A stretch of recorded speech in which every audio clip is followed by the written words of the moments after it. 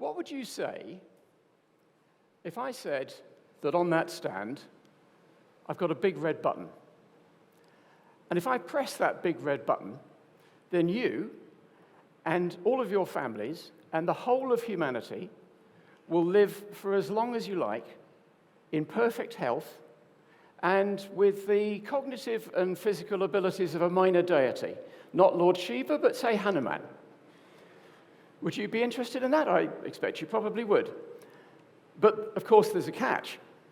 The catch is that if I press that big red button, then there's a chance that the entire human race will go extinct.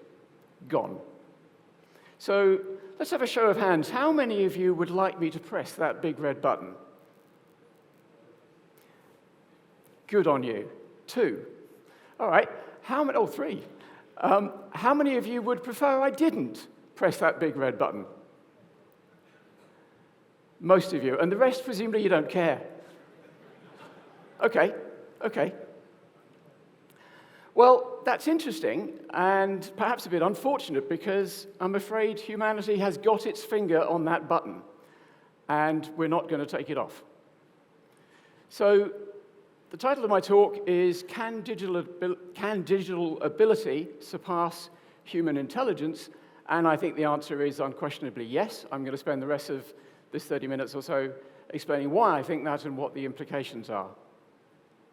The digital ability that I'm referring to, obviously, is artificial intelligence. So let's just get clear about what that is before we start.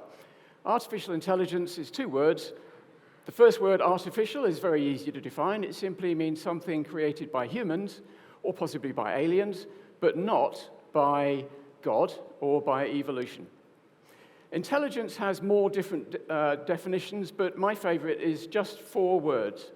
Goal-oriented adaptive behavior. So it doesn't mention humans. Intelligence is not something that is restricted to humans. Many animals have intelligence. Machines now have intelligence. But an AI is something which pursues a goal and learns as it's pursuing that goal and adapts its behavior accordingly. And the science of artificial intelligence got started in 1956 in Dartmouth College in New Hampshire, one of America's Ivy League schools, Ivy League universities. And the delegates to that conference were very ambitious. They thought that within a year, they could replicate all the functions of a human brain. It was a nice idea. Not for the last time, they were rather over-optimistic. Right from the start, there were 2 types of artificial intelligence. One type was to replicate the behavior in a simplified way of the human brain, of human neurons. And it was called artificial neural networks. And the first ones were called perceptrons, and this is what they looked like. But in 1969, a book was published which seemed to prove mathematically that these could not work. And so the other form of AI took precedence, which was known as good old-fashioned AI, or symbolic AI, in which researchers try to translate every kind of human thought, every kind of human communication into computer code. And that also didn't work terribly well, and so there were a couple of AI winters during which researchers just couldn't get any money for their work. Towards the end of the last century and the beginning of this century, AI did do some quite impressive things. Particularly in 1996, a system called Deep Blue, built by IBM, beat the world's best ever human chess player, which wasn't bad. Garry Kasparov, that chess player, accused them of cheating, and he was probably right, but he got over that. All this changed, though. All this relative failure, all this failure to make money, which was the critical thing, it all changed in 2012 when there was a big bang in AI. And in 2012, a researcher called Geoff Hinton, known as the godfather of deep learning, he got artificial neural networks to work effectively using an algorithm called backpropagation. And he and some others rebranded artificial neural networks as deep learning. Now, there were 3 things which enabled Hinton to do that.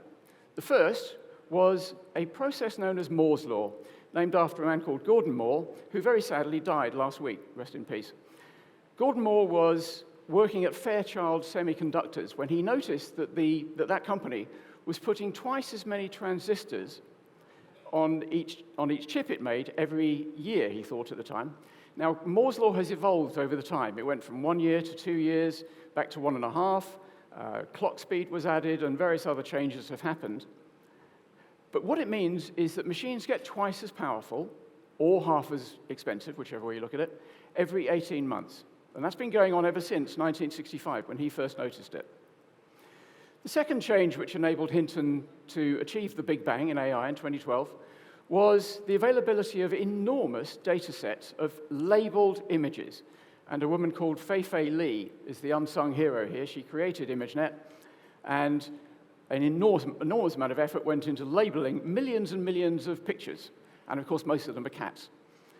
And then the third thing which enabled Hinton to create the Big Bang was the availability of GPUs. These are a type of transistor which is very well suited for deep learning. It was originally developed for video games, and they replaced CPUs in AI systems.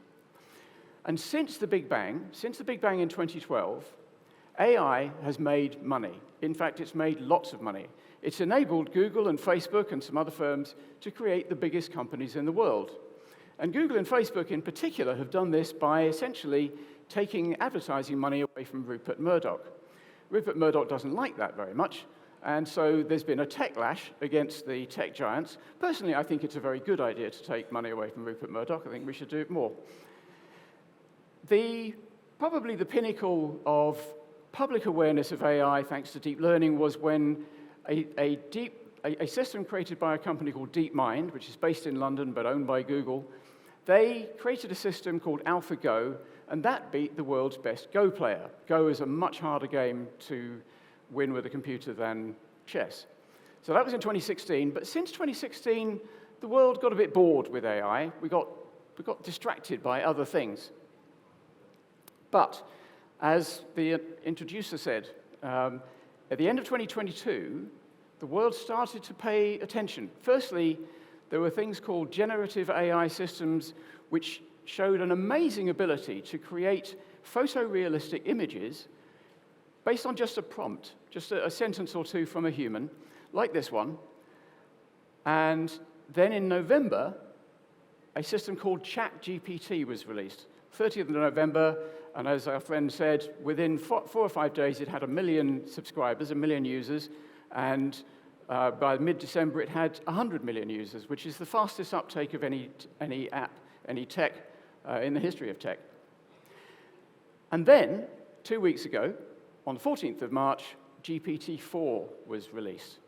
Now, ChatGPT isn't the best large language model, or foundation model, as they're called, in the world, but it was just the one that the public was first able to play with. The public hadn't been able to play with anything quite so good before.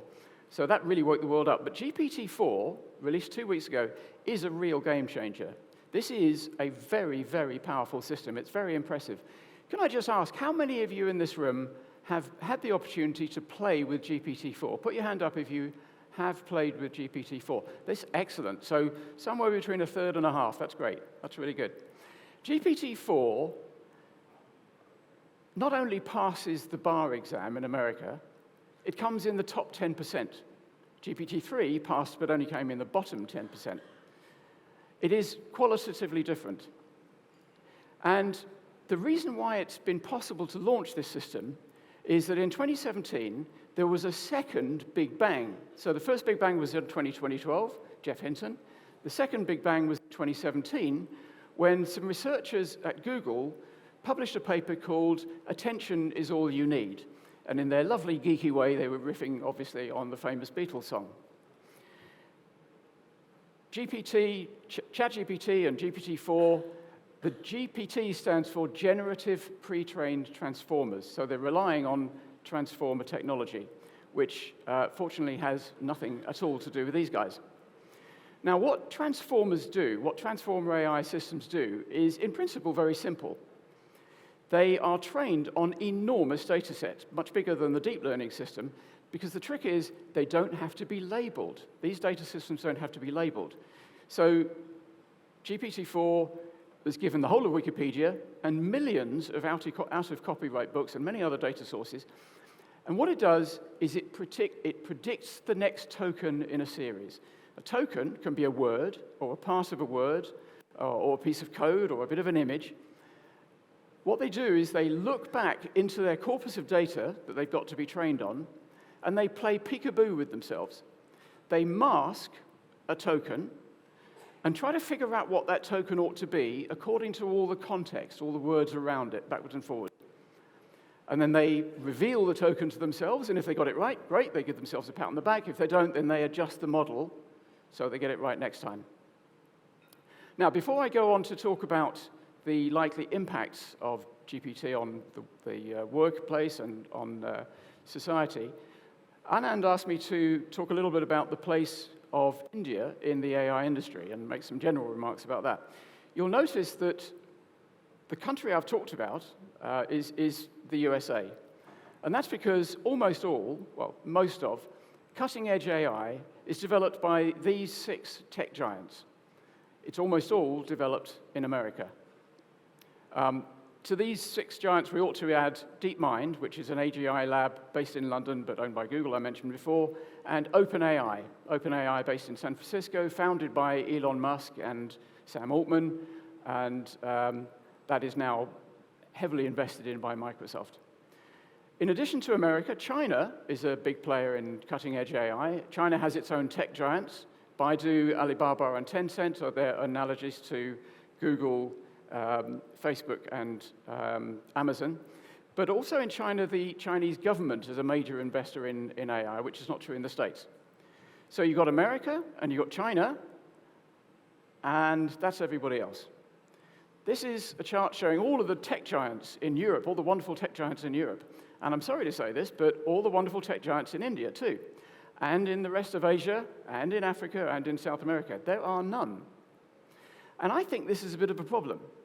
I mean, I might be old-fashioned, but I don't think it's a great idea for humanity's most powerful technology to be a duopoly of China and the US. No disrespect to either China or the US, but I think the rest of the world should be playing too. There are rankings drawn up of where different countries sit in the AI industry. And I know that India is incredibly wired and very digital, and that's great. But it's about number 17 or 18 in the world in AI rankings in terms of its production of AI systems. But actually, nobody should get terribly worried about that because truth is, as you can see in this chart, you've got America way out ahead, you've got China in good solid second position, and then everybody else is scrabbling around for third position. Poor old broken Britain with Brexit and one of the most corrupt and incompetent and deceitful governments in world history is slipping down the rankings, slipping back into the pack. But there's just a gaggle of other people in third place. So that's one remark about India and the rest of the world in the AI industry. Another interesting thing about the AI industry worldwide at the moment is there's a bit of a paradox. Research into AI has been galloping ahead like nobody's business, but deployment of cutting-edge AI is really restricted to the tech giants. And there's a couple of reasons for that. One is, in order to deploy deep learning, the type of AI which came to the fore in the 2012 Big Bang, you need huge amounts of compute power, you need massive amounts of data, and you need very expensive, very talented AI experts who are extremely picky. You know, they can afford to be picky, they get very well paid, and they like to work with each other, and where they all are is in the tech giants, so that's where they stay. So there is this paradox that AI is galloping ahead, but not really being deployed yet. And GPT technology will probably change this. Because unlike with deep learning, with the GPT systems, you don't need these AI experts, you don't need masses of data, you don't need masses of compute, you simply use the platform that the tech giants give you. So the GPT systems will probably democratize cutting-edge AI. Now, about a third to a half of you have used GPT-4, but the rest haven't, so I'll just quickly explain the kind of thing it can do. So GPT-4 can listen to and record a meeting either on the phone or in real life, it'll recognize what's been said better than humans will. It'll transcribe it and summarize it for you. And that summary, you can choose how it prioritizes the comments. And you can change it. And you can speak to it and say, actually, I really want to hear what Mr. Anand said. Give me that in full, and dial down what everybody else said. And it will do that. And then you say, actually, no, he didn't say anything interesting, so dial him down as well. You can do that iteratively and verbally. So GPT-4 can also write the first draft of a consultant's report. It can produce a fully functioning website, just given some handwritten scribbled notes. It can produce an analyst report. It can produce a table, given some rough data, produce some charts from that data, and then answer some specific queries so a manager can make some decisions.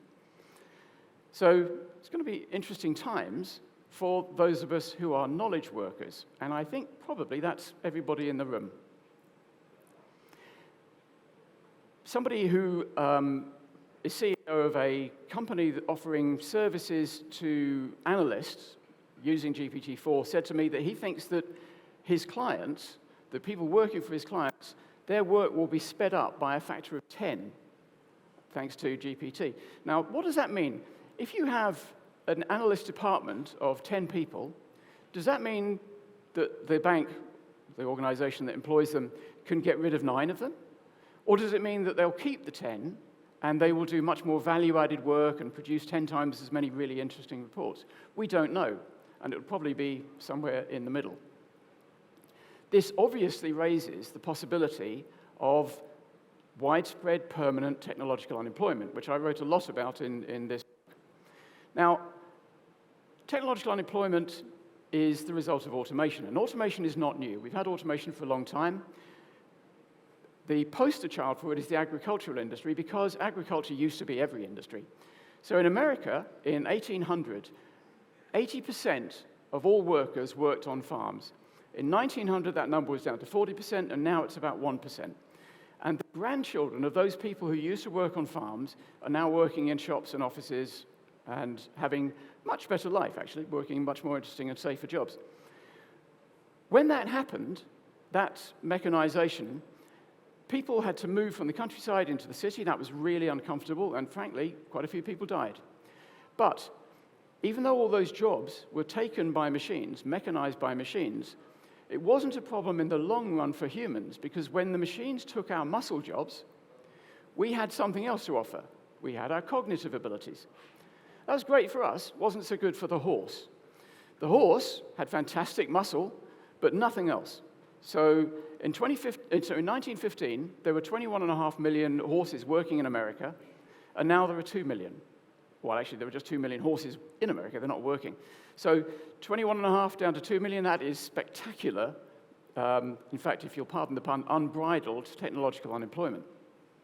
Now, we've got a new type of automation coming. It's no longer just mechanization, it's cognitive automation, and that may well, in fact, I'm pretty sure it will, eventually lead to massive widespread technological unemployment, but not yet. Machines have to get able to do pretty much everything we can do for money in order for that to happen, and that's not here yet. So looking ahead a little bit, I mentioned Moore's law. Because of Moore's law, the smartphone in your pocket, and many of you already know this, the smartphone in your pocket has more compute power in it than NASA had when they sent Neil Armstrong to the moon. And that is true, it is true, but it's out of date. In fact, now, a good toaster has more compute power than NASA had back in 1969. Now, some people say that Moore's law is dead or dying, but it's not true. It's evolving, which is what it's always done. And the result of that evolution is this. Assuming something like Moore's law continues, and there's every reason to believe it will, that in 10 years' time, the machines we have will be 100 times more capable, more powerful than the ones we have today. In 20 years, 10,000 times more powerful. And in 30 years, an incredible 1,000,000 times more powerful. I personally don't want to compete in the workplace with a machine 1,000,000 times more powerful than ChatGPT or GPT-4. But there are lots of commentators who deny that technological unemployment can happen. They say it's the Luddite fallacy. They say automation has not caused lasting unemployment in the past, which is true, because otherwise we'd all be unemployed, and therefore it won't in the future. And that is a really dumb argument, because just because something hasn't happened in the past does not mean it can't happen in the future. If that was true, we wouldn't be able to fly. So I think that to deny the very possibility of technological unemployment is dangerously complacent. And if we get there, we're probably going to need a really different type of economy, and I describe this in some detail in the book. Some people call it the Star Trek economy. It's the economy of abundance. I like to call it fully automated luxury capitalism. But the economic singularity is not the end of the story, because now we get back to our friend, the big red button over there. This is the technological singularity, which will follow the economic singularities after some time.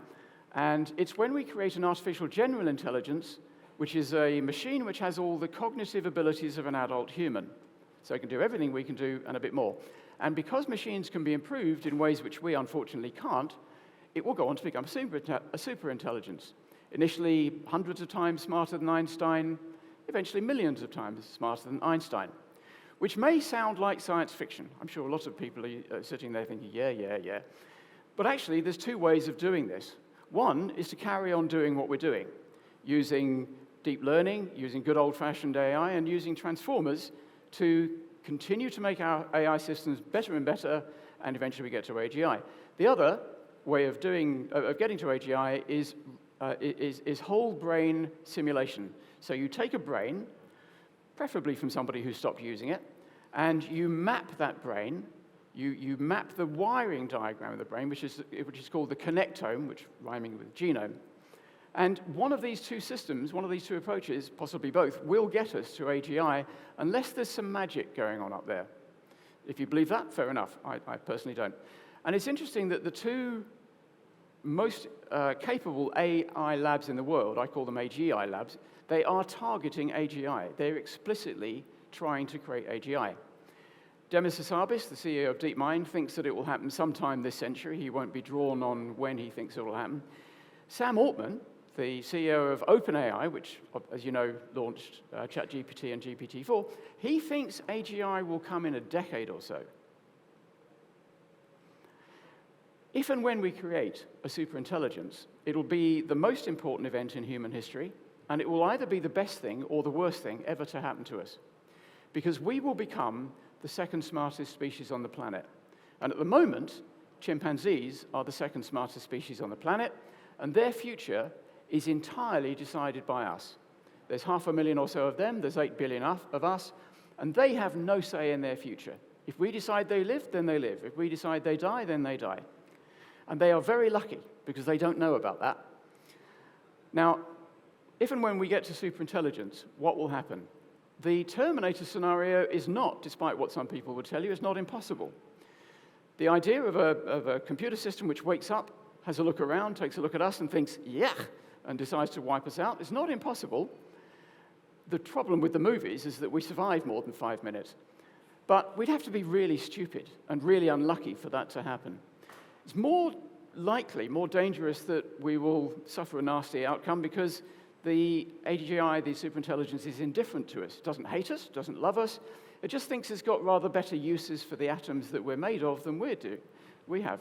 Or it decides that it would be a better world if there was no oxygen in it. So there's some pretty uncool possible outcomes, but the upside outcomes are remarkable. So DeepMind, one of these two AGI labs, has a two-step mission statement for itself and for humanity. Step 1, solve intelligence, create a superintelligence. Step 2, use that to solve everything else. And they really mean everything else. War, poverty, death. Take death, for instance. 150,000 people die every day around the world, and 100,000 of those people die basically from aging. Aging causes dementia, heart disease, and cancer. And we know, more or less, what causes aging at a high level. There's about 10 factors that cause aging, but curing them is unbelievably complicated. We really need superintelligence to help us fix that. Now, there's some very cool upsides, there's some very uncool downsides, so what a lot of people very sensibly say is, let's push on the brake for a bit. Let's stop this process until we know how to make sure that the transition to superintelligence is safe. Unfortunately, to do that, we'd have to persuade every single one of the 8 billion people in the world that it was a good idea to stop, and that now is the time to stop, and that we can stop, and that nobody should cheat. Well, good luck getting the South Koreans to do that. Even better luck at getting the Brits to do that. So, frankly, I don't think that relinquishment is feasible. We have our finger on that red button, and we're not taking it off. So, to summarize, I do think that digital ability can surpass human intelligence. I think it will happen. Two big questions are remaining: when and will we like it? I used to think, and these are frankly guesswork and it's all you can do, I used to think it's probably about a generation, 25 years until the economic singularity, and then another generation until the technological singularity. Now I'm basically halving those timelines because of GPT-4. I think maybe it's 12 and a half years to economic singularity, so 2035-ish, and another 12 and a half, so late 2040s to AGI, which is not very long. Now, it's always a good idea to put some historical context around things. Oh, sorry, I should just answer my other question, which was, will we like it? When we get to superintelligence, will we like it? We don't know whether an AGI, whether a superintelligence will look at us and think, you're a possible threat, I better get rid of you, or I just don't like you, I better get rid of you, or you're competing with me for some resources. On the whole, I think we're unlikely to be a threat to it, because once it's much cleverer than us, we, like the chimpanzees, can't hurt us, we won't be able to hurt it. And I think we're also unlikely to be competing with it. So my guess is that a superintelligence will actually quite like us, because intelligence craves stimulation. And we are 8 billion incredibly varied and incredibly inventive and ingenious little entities, which the superintelligence would hopefully like to have around. And I think our best future is to combine with the superintelligence. So I said, let's have some historical context. A lot of people say that this is the fourth industrial revolution that we're in, and I think that is profoundly wrong. I think we're in something much, much bigger than a fourth industrial revolution. I think we're in the fifth human revolution. The first one, about 1 million years ago, is when we tamed fire and stopped being a completely negligible primate and became quite a powerful predator. And then we had the cognitive revolution 70,000 years ago, when our language developed to the point where we were able to collaborate on sophisticated projects, and then we became the apex predator on the planet. 12,000 years ago, different times, different parts of the world, the agricultural revolution was a miserable thing for individual humans. If you ever get the choice between being a subsistence farmer or being a hunter and gatherer, choose hunter and gatherer. It's much more fun. But for the species point of view, it was great because it means we could create food surpluses and we could specialize. And that led to the creation of cities, and cities are machines for innovation. And that led to the Industrial Revolution. And that gave us mastery over the planet. Maybe that's not such a good thing, but it did. And now I think we are in the early stages of the Information Revolution, started around about 1960, and this is going to have a much bigger impact than all of the previous episodes. So as I said, I am optimistic. I don't think we're heading towards dystopia. But I also don't think we're heading towards the opposite of dystopia, which is utopia, for two reasons. Firstly, I don't think the universe is configured to allow perfection. I just don't think it's possible. But also, even if it was, it would be boring, because nothing would change, and so you couldn't have any fun. You couldn't tell a joke. You couldn't take a risk. So I much prefer an idea written about first by a brilliant man called Kevin Kelly, who was one of the founders of Wired magazine. He talks about protopia. And protopia is a world in which everything is really very good. And it just keeps getting better and better. And I think that's what we should aim for. So I will leave you with a thought, a stanza from a rather obscure British philosopher called James Allen. Dream lofty dreams, and as you dream, so you shall become. Thank you.